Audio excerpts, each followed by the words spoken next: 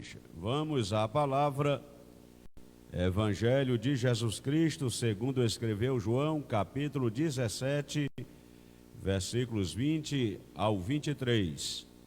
A oração sacerdotal de Cristo. No caso, a oração pela unidade. João 17, versículos 20 ao 23, para nossa meditação. Eu aguardo alguns segundos vocês encontrarem e também cumprimentando aos internautas que estão assistindo o culto online. Que a bênção de Deus, que enriquece e não acrescenta dores, esteja presente em cada vida e em cada coração. Eu vou ler e vocês acompanham. João 17, versículos 20 ao 23. Eu não rogo somente por estes, mas também por aqueles que, pela sua palavra, hão de crer em mim, para que todos sejam um, como tu, ó Pai, o és em mim e eu em ti, que também eles sejam um em nós, para que o mundo creia que tu me enviaste. E eu dei-lhes a glória que a mim me deste, para que sejam um, como nós somos um. Eu neles e tu em mim, para que eles sejam perfeitos em unidade, e para que o mundo conheça que tu me enviaste a mim, e que tens amado a eles, como me tens amado a mim. O capítulo 17 do Evangelho de João, nós sabemos, é a oração sacerdotal de Cristo. Podemos dizer que é a antepenúltima oração do seu ministério. A penúltima foi no Getsêmani e a última na cruz do Calvário. Na oração sacerdotal de Cristo, Jesus ora pelos seus discípulos. Como já indica, sugere a epígrafe do texto. A oração tem um tema central, predominante: a unidade. Jesus ora ao Pai pela unidade dos seus discípulos, pela unidade da igreja. A unidade, de fato, é um desafio. Não é fácil, mas é possível. No texto que eu tenho lido, a partir do versículo 20, aliás, eu até sugiro que vocês em casa leiam todo o capítulo 17 do Evangelho de Jesus, segundo escreveu o evangelista João, que com certeza será muito proveitoso. Mas na parte que eu vou me ater, que eu vou procurar centralizar esta mensagem, ele diz: eu não rogo somente por estes. Aqueles discípulos que eram os seus representantes, chamados por ele próprio para aquela missão. Mas a oração não era apenas por aqueles. Jesus prossegue dizendo, ainda no versículo 20, mas também por aqueles que, pela sua palavra, hão de crer em mim. Agora a oração se torna mais abrangente. Ele orava por aqueles, mas também por tantos quantos haveriam de crer nele pela palavra. Ele estava também orando por nós. Dentro do seu kairós, o tempo de Deus, ele já sabia, na sua presciência, que todos nós aqui estaríamos. Então, Jesus orou pela unidade. Ele ora pelos seus e ele faz uma oração específica. Verso 21. É só examinar, está aí na projeção, para que, olha o propósito, olha a finalidade. Ele orava com propósitos definidos. Ele nos ensina a orar. Sempre que nós vamos orar, devemos orar por propósitos específicos, por finalidades estabelecidas. Aí Jesus mostra a finalidade da oração, para que todos, não é alguns. Ele ora ao Pai por aqueles e por tantos quantos ainda haveriam de crer através da palavra. Aí ele orava para que todos sejam um.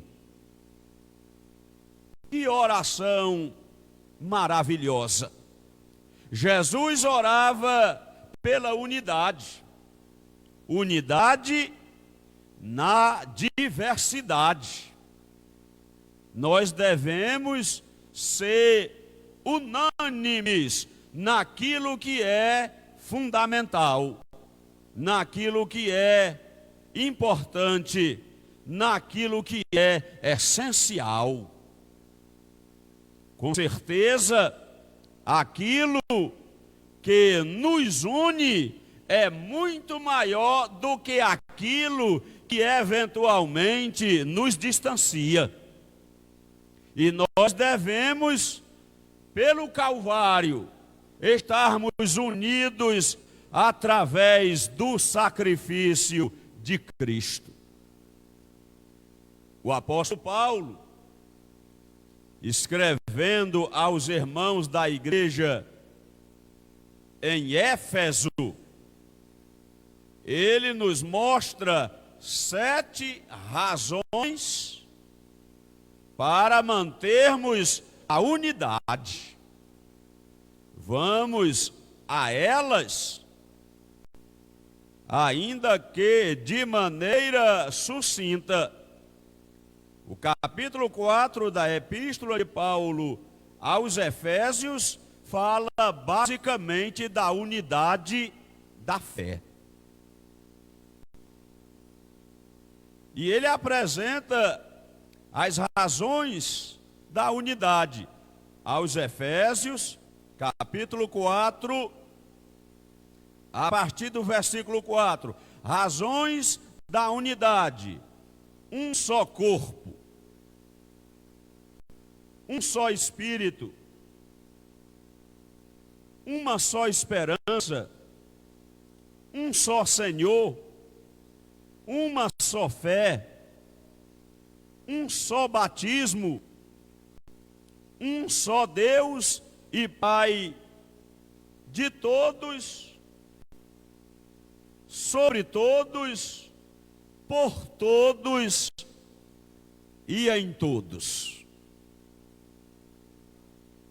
O apóstolo Paulo apresenta 7 razões para a unidade. A primeira delas, um só corpo. 1 aos Coríntios, capítulo 12, versículos 12 a seguir, o apóstolo Paulo faz uma analogia brilhante acerca do corpo. Razões da unidade, são 7. Um só corpo. 12 e 12 de 1 aos Coríntios, a analogia paulina acerca do corpo. Se você já buscou a referência na sua Bíblia, eu já destaco a epígrafe, a unidade dos membros do corpo. A leitura por si própria já é explicativa, porque assim como o corpo é um e tem muitos membros, e todos os membros, sendo muitos, são um só corpo, assim é Cristo também. O apóstolo Paulo fala que o corpo, ele tem muitos membros. É um corpo que tem muitos membros e todos os membros são importantes. Ele fala, porque todos nós fomos batizados em um Espírito, formando um corpo, quer judeus, quer gregos, quer servos, quer livres, e todos temos bebido de um Espírito, porque também o corpo não é um só membro, mas muitos. Aí ele começa a analogia na prática. Se o pé disser, porque não sou mão, não sou do corpo, não será por isso do corpo? Se a orelha disser, porque não sou olho, não sou do corpo, não será por isso do corpo? E se todo o corpo fosse olho, onde estaria o ouvido? E se todo fosse ouvido, onde estaria o olfato? Mas agora Deus colocou os membros no corpo, cada um deles como quis. E se todos fossem um só membro, onde estaria o corpo? Agora, pois, há muitos membros, mas um corpo. E o olho não pode dizer à mão, não tenho necessidade de ti. Nem ainda a cabeça aos pés, não tenho necessidade de vós. E os que reputamos serem menos honrosos no corpo, a esses honramos muito mais. E aos que em nós são menos decorosos, damos muito mais honra. O apóstolo Paulo continua a sua dissertação narrativa através dessa analogia, mostrando o valor flagrante, a importância de cada membro do corpo. Ainda aqueles que são considerados menos importantes, mas totalmente necessários. O pé não pode dizer que não necessita da mão. O ouvido não pode dizer que não necessita do olho. Os membros, todos eles são úteis, necessários e devem ser tratados com decoro. O apóstolo Paulo está ressaltando a importância do corpo e o valor da uniformidade do trabalho dos membros do nosso corpo. Ele prossegue dizendo, 1 aos Coríntios, capítulo 12, agora a partir do verso 25, para que não haja divisão no corpo. O nosso corpo humano não pode ser dividido para que não perda a vida. Tem que haver uma uniformidade no trabalho e na atuação e na operação de todos os membros. Paulo diz, para que não haja divisão no corpo, mas antes tenham os membros igual cuidado uns dos outros. Assim como nós cuidamos dos pés, devemos cuidar das mãos e devemos cuidar também de todos os demais membros de nosso corpo, que de acordo com a visão judaica, naquela época possuía 248 membros. Mas é claro que pela medicina e o avanço dela, já sabemos que são muito mais os membros do nosso corpo. Mas naquela época, eles consideravam o corpo como tendo 248 membros.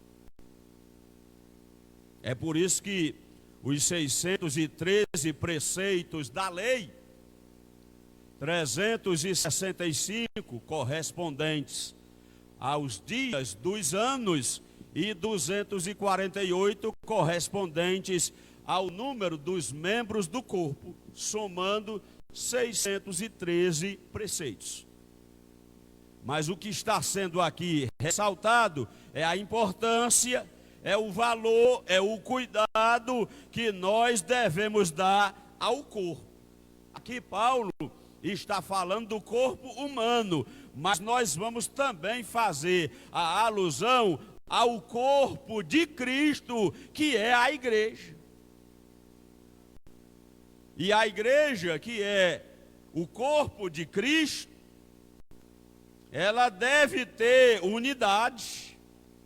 Ela deve promover a união, a harmonia, o bem-estar, a uniformidade de propósitos, de objetivos, para que haja uma concordância, a fim de que Deus possa ordenar a bênção. Deus não trabalha na divisão, na subtração. Ele trabalha na soma e na multiplicação. Nós devemos ser agentes, promotores da paz, da união e da concórdia entre a irmandade. Pelo menos para isso, Deus tem nos chamado. Jesus faz a oração. João 17, versículo 21. Para que todos sejam um, como tu, ó Pai, o és em mim, e eu em ti, que também eles sejam um em nós, para que o mundo creia que tu me enviaste.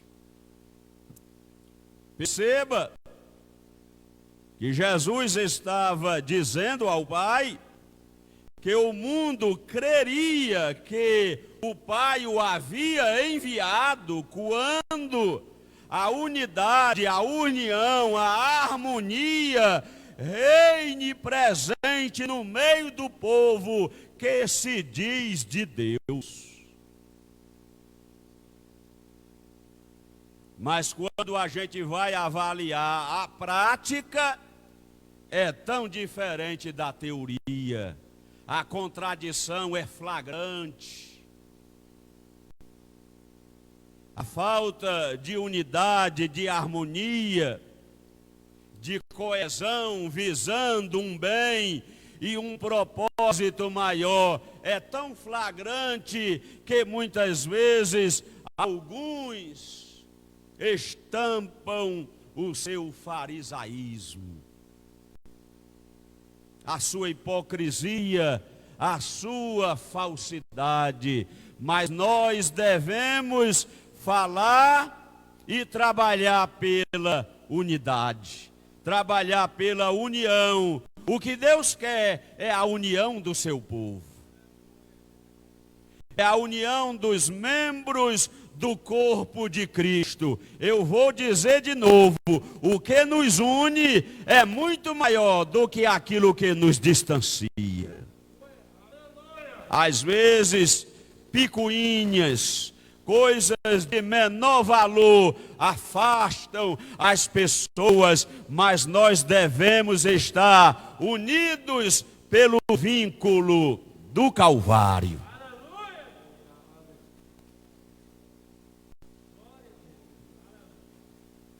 Eu anotei aqui um roteiro, através do qual eu vou destacar pelo menos 4 obstáculos à unidade da igreja. Primeiro, ambição pessoal. Segundo, tendência à divisão pela influência de personalidades. Terceiro, diferenças doutrinárias. E quarto, o sectarismo. Estas 4 coisas que eu estarei assim destacando, enfatizando, se tornam obstáculos à unidade da igreja. O primeiro obstáculo é a ambição pessoal. Porque de tantos fragmentos denominacionais, porque de tantas denominações, porque de tantas milhares de placas de igreja no Brasil, a razão primeira é a ambição pessoal.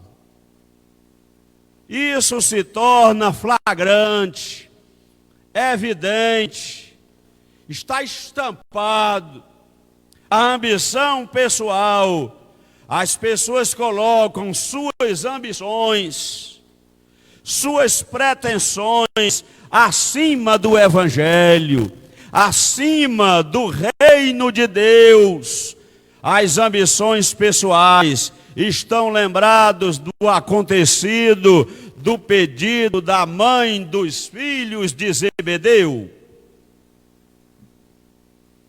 É um exemplo clássico de ambição pessoal que às vezes promove divisões. Mateus, capítulo 20.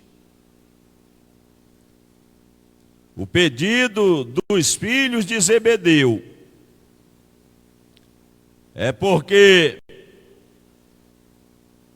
os filhos de Zebedeu, o Tiago e o João, naturalmente assopraram no ouvido da mãe. E a mãe sempre vai dar preferência aos seus. A mãe vai puxar a sardinha ou a brasa para a sua sardinha. Toda mãe faz isso. A brasa ela vai puxar para a sua sardinha. Isso é natural de cada mãe. É o instinto materno. O Tiago e o João sopraram no ouvido da mãe. Mãe, fala aí com o mestre, mãe. Fala aí com Jesus. Aí no título da leitura já declara logo o pedido dos filhos de Zebedeu. Eles não fizeram diretamente o pedido, mas eles influenciaram a mãe para servir de bucha. E ela fazer o pedido a Jesus. Mateus, capítulo 20, a partir do versículo 17. E subindo Jesus a Jerusalém, chamou à parte os seus 12 discípulos e no caminho disse-lhes: Eis que vamos para Jerusalém, e o Filho do Homem será entregue aos príncipes dos sacerdotes e aos escribas, e condená-lo-ão à morte. E o entregarão aos gentios, para que dele escarneçam, e o açoitem, e crucifiquem, e ao terceiro dia ressuscitará. Então se aproximou dele a mãe dos filhos de Zebedeu, com seus filhos, adorando. Deus avalia não apenas a ação, mas ele avalia também a motivação. Aquela irmã chegou adorando, que coisa boa, mas ela estava com uma motivação errada. Ela não estava adorando Jesus pelo que Jesus era, ela estava com outros interesses. Aí ela chegou adorando e fazendo-lhe um pedido. E ele disse: que queres? Jesus disse para ela: o que é que tu quer? Ela respondeu: dize que estes meus 2 filhos, ela queria pouca coisa. Olha a pretensão da mãe. Dize que esses meus 2 filhos se assentem. Se assentem onde, mulher? Um à tua direita e outro à tua esquerda. Aonde? Na sinagoga? Não, mestre, no teu reino. Iludida pelos meninos, não sabia nem o que estava pedindo. Influenciada pela paixão, pelo amor maternal, perdeu até o senso. Às vezes acontece. A pessoa fica tão influenciada pelos sentimentos, pelas emoções, que perde até o senso. Diga, mestre, que estes meus 2 filhos, no teu reino, um se assente à tua direita e o outro se assente à tua esquerda. O que é isso? Isso é ambição pelo poder. Tem pessoas que pelo poder vendem até a alma. Tem pessoas que pela ambição do ter, do poder, do fazer, fazem negociatas. E até tentam dizer que os fins justificam os meios, mas a ambição pessoal se torna um obstáculo à unidade da igreja. Jesus, porém, respondendo, disse: não sabeis o que pedis. Não sabia nem o que estava pedindo. Não sabeis o que pedis. Podeis vós beber o cálice que eu hei de beber e ser batizado com o batismo com que eu sou batizado? Ela estava tão alucinada que ela até disse: podemos. Ela não sabia nem onde estava colocando os meninos. Ela não disse que podia, ela inclui os garotos. Os garotos, ó. Isso é uma forma de expressão, viu? Ela inclui os seus filhos, o Tiago e o João, e declara: podemos beber o cálice que tu vai beber, podemos ser batizados com o batismo que tu serás. Quantas vezes, irmãos, não sabemos nem o que estamos falando. Desajuizados. Jesus diante da palavra, disse-lhe ele: na verdade, bebereis o meu cálice.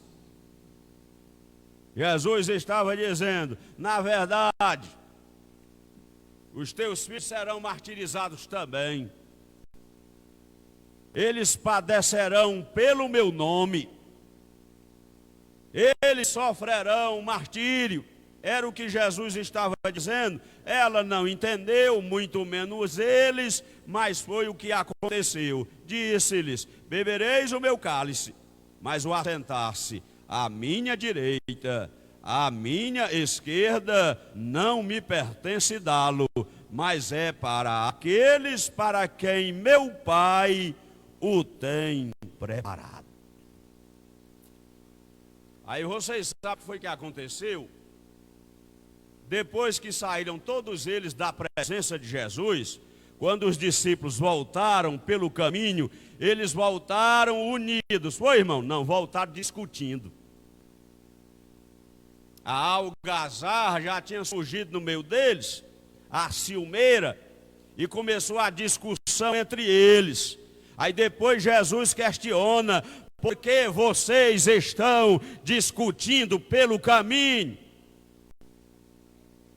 Aí Jesus dá uma lição de moral a todos eles e a nós: quem quiser ser o maior, seja o menor. Quem quiser ser grande, seja pequeno. Quem quiser ser senhor, seja servo de todos. O Filho do Homem, ele não veio para ser servido, ele veio para servir e dar a sua vida em resgate de muitos. O exemplo está aqui de Jesus. Agora muitos não querem seguir o exemplo de Jesus. Querem ser estrela, mas a estrela é Jesus. Quer ser o maior, mas o maior é Jesus. A igreja já tem dono e o dono dela é Jesus.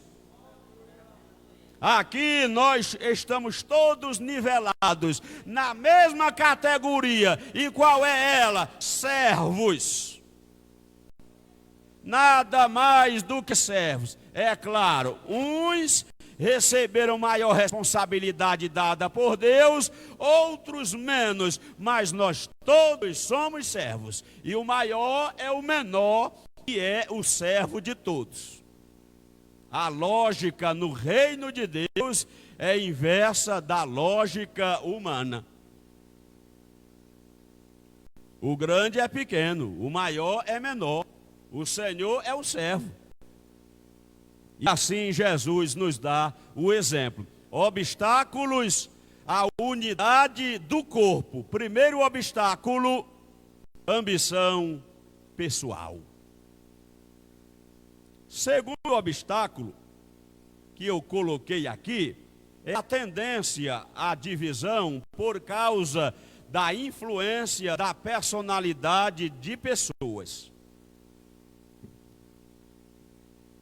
Um exemplo claro de uma igreja dividida em 4 grupos: a igreja em Corinto. A igreja em Corinto, ela tinha manifestações espirituais, mas ela não era espiritual, a igreja era carnal. E eu estou apenas dizendo o que Paulo disse textualmente àquela igreja, que não podia falar a eles como a espirituais, mas como a carnais. Aquela igreja, ela tinha 4 grupos, usando o linguajar mais banal, mais rasteiro. A igreja tinha 4 panelinhas. Ela estava dividida, fracionada. Uns diziam: eu sou de Paulo, os intelectuais. Outros diziam: eu sou de Apolo, os liberais. Outros diziam: eu sou de Pedro, os tradicionais. E outros diziam: eu sou de Cristo, os exclusivistas. Aí Paulo questiona aquele povo se Cristo estava dividido. Questiona se Paulo havia morrido por eles, se Pedro havia dado a vida por eles, se Apolo havia dado a vida por eles. E desses 4 grupos, todos eles, cada um pior do que o outro. Mas o pior dos piores eram aqueles que se diziam de Cristo. Meu pastor é Cristo, meu pastor é Jesus. Eu não tenho que dar satisfação a homem. O meu negócio é com Deus. Qual é o Deus? Pode ser o Deus deste século. O Deus da Bíblia, o Deus verdadeiro. Aquele que é santo, que era e que há de vir. Quem tem Deus como o seu Pai, o seu líder supremo, segue as suas orientações. A influência da personalidade de pessoas. Nós servimos a Deus e não a pessoas. Nós não devemos estar vasiolatrando. É o pecado da vasiolatria. Alguns têm o pecado da autolatria. É o eu fiz, eu faço, é o eu na frente. Autolatria. A pessoa está idolatrando a si mesmo. É a síndrome de Lúcifer. Essa síndrome aí iniciou lá no céu. Lá no céu não tem problema. Porque quando surgiu o problema lá, Deus resolveu. Mas a primeira divisão aconteceu, não foi na terra, foi no céu. E a divisão lá foi grande, foi enorme. O prejuízo foi tremendo. A terça parte dos anjos, de acordo com Apocalipse capítulo 12, a terça parte das estrelas, fazendo alusão direta aos anjos caídos, aderiu à rebelião luciferiana. Jesus disse: eu vi Satanás caindo do céu como um relâmpago. Obstáculos à unidade, ambição pessoal, obstáculos à unidade, à influência das pessoas por causa de suas personalidades. Nós temos que fazer discípulos, é para Jesus, irmãos. Nós fazemos seguidores, é de Jesus. Nós seguimos, é a Jesus, não é ao homem. Não é a Pedro, não é a Paulo, não é a Apolo. Nós devemos seguir a Cristo e este crucificado. Obstáculos à unidade, ambição pessoal, influência de personalidade, diferenças doutrinárias. As diferenças doutrinárias nos mais variados segmentos cristãos se torna um obstáculo à unidade. É por isso que há tantas denominações também, devido à diferença doutrinária. Pessoas que pregam doutrinas como se fossem costumes, pessoas que pregam costumes como se fossem doutrinas, pessoas que não procuram extrair a essência da pureza da doutrina na exatidão das Escrituras. Aí utilizam um texto fora do contexto e criam um pretexto geralmente para heresias. Todo texto fora do contexto vai se tornar um pretexto e pretexto para heresias. Devemos procurar conservar a unidade doutrinária, a coesão do ensinamento de Cristo para o seu corpo e, finalmente, o sectarismo. A pessoa, no lugar de pregar o evangelho de Cristo, fazendo propaganda da placa denominacional. Como se a salvação fosse exclusividade desta ou daquela denominação. Não, nós devemos pregar a Cristo. Nós devemos pregar a Cristo. Nós não somos sectários, partidarismo. A nossa igreja não deve ser o nosso partido religioso. Partido, já está dizendo, é só uma parte. Nós devemos participar de todo. Quando a pessoa segue um partido, já está dizendo partido. A origem da palavra já está denunciando a fraude. É apenas um partido. Nós não temos partidos. Eu não tenho. Eu não defendo partidos. Eu defendo princípios. Sejam na política secundária ou na área espiritual. Defendemos princípios. Não defendo pessoas, defendo princípios e não tenho bandido de estimação.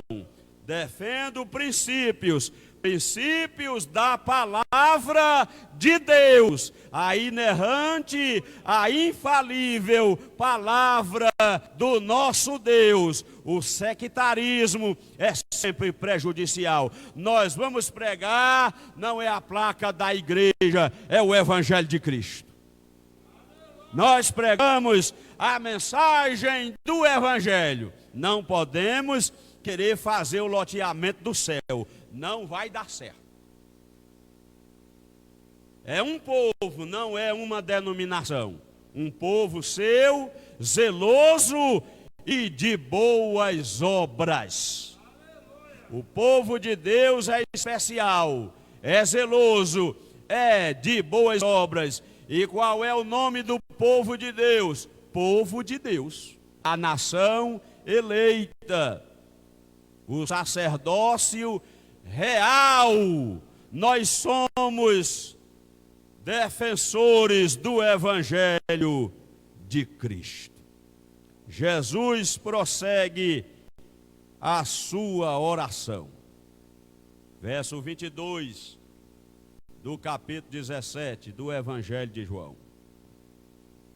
E eu dei-lhes a glória que a mim me deste, para que sejam dois, para que sejam 1000, não, para que sejam um, como nós somos um. Não devemos discriminar pessoas por causa da placa denominacional. Não vamos discriminá-las por esta razão, por este motivo. Não vamos ter preconceito por causa da denominação. Nós devemos defender a palavra. Estão lembrados de João? João, ele viu alguém pregando, expulsando demônios, curando, mas aquele que pregava, orava, expulsava demônios, ele não seguia a Cristo. Aí eles chegaram para Jesus e disseram que haviam encontrado aquela pessoa fazendo aquela missão e eles o proibiram. Aí Jesus disse a eles, lhes ensinando: quem comigo não junta, quem comigo não espalha, junta. Quem não é contra mim, é por mim. Jesus ensinando aqueles discípulos cabeça dura, cabeçudos, ainda não haviam aprendido a promover a união. Porque ele não nos segue, eles devem ser proibidos de anunciar o Evangelho. Jesus disse: não, quem não é contra mim, é por mim. Quem não espalha, junta. Jesus nos ensina como devemos proceder, precisamos sempre aprender com ele. Noutra situação, eles fizeram a proposta, o Tiago e o João, os meninos que a mãe queria que um sentasse à direita e à esquerda, queriam orar a Deus, assim como Elias orou, para cair fogo do céu na cabeça dos samaritanos. Já pensou, irmão? A mentalidade dos discípulos? Vocês não sabem de que espírito eu sou, Jesus disse a ele. Eu não vim para destruir as almas dos homens, eu vim para salvá-las. E quantas vezes a pessoa, há tantos e tantos anos servindo a Deus, mas ainda não entendeu a essência da mensagem do Evangelho. Peçamos a Deus para abrir a nossa visão, a nossa mente, para que sejamos agentes promotores da unidade. Jesus prossegue e eu vou finalizar. Verso 23, eu neles e tu em mim, para que eles sejam perfeitos em unidade. Como está a unidade entre nós? Será que há unidade entre nós, unidade de propósitos, unidade de objetivos, unidade de finalidades? Nós estamos coesos, unidos, ou será que a trombeta está produzindo sonido incerto? Ou será que a trombeta é tocada aqui no microfone de uma forma e ela vai sonindo aí no auditório de outra forma? Se for assim, quem vai se preparar para a batalha? Paulo diz, se a trombeta ela tocar sonido incerto, quem se preparará para a batalha? Eu acredito que deva ser a unidade, a partir do momento em que a liderança da igreja coesa, em oração, em irmandade, define propósitos, define objetivos para a igreja local, e a trombeta é tocada e ela produz um som uniforme, quer dizer, o povo abraça a causa, aí há unidade, aí há união, aí há propósitos definidos, aí Deus ordena a bênção. Aleluia, bendito seja Deus, que entre nós haja unidade, que entre nós haja união e que a trombeta venha tocar de maneira altissonante, mas também de maneira uniforme, para que o corpo de Cristo continue coeso, sadio, trabalhando para o propósito maior, o engrandecimento do nome do nosso Deus. A glória é para Ele, o louvor é dele, tudo deve ser feito para a sua glória, e quem entende assim, diga amém.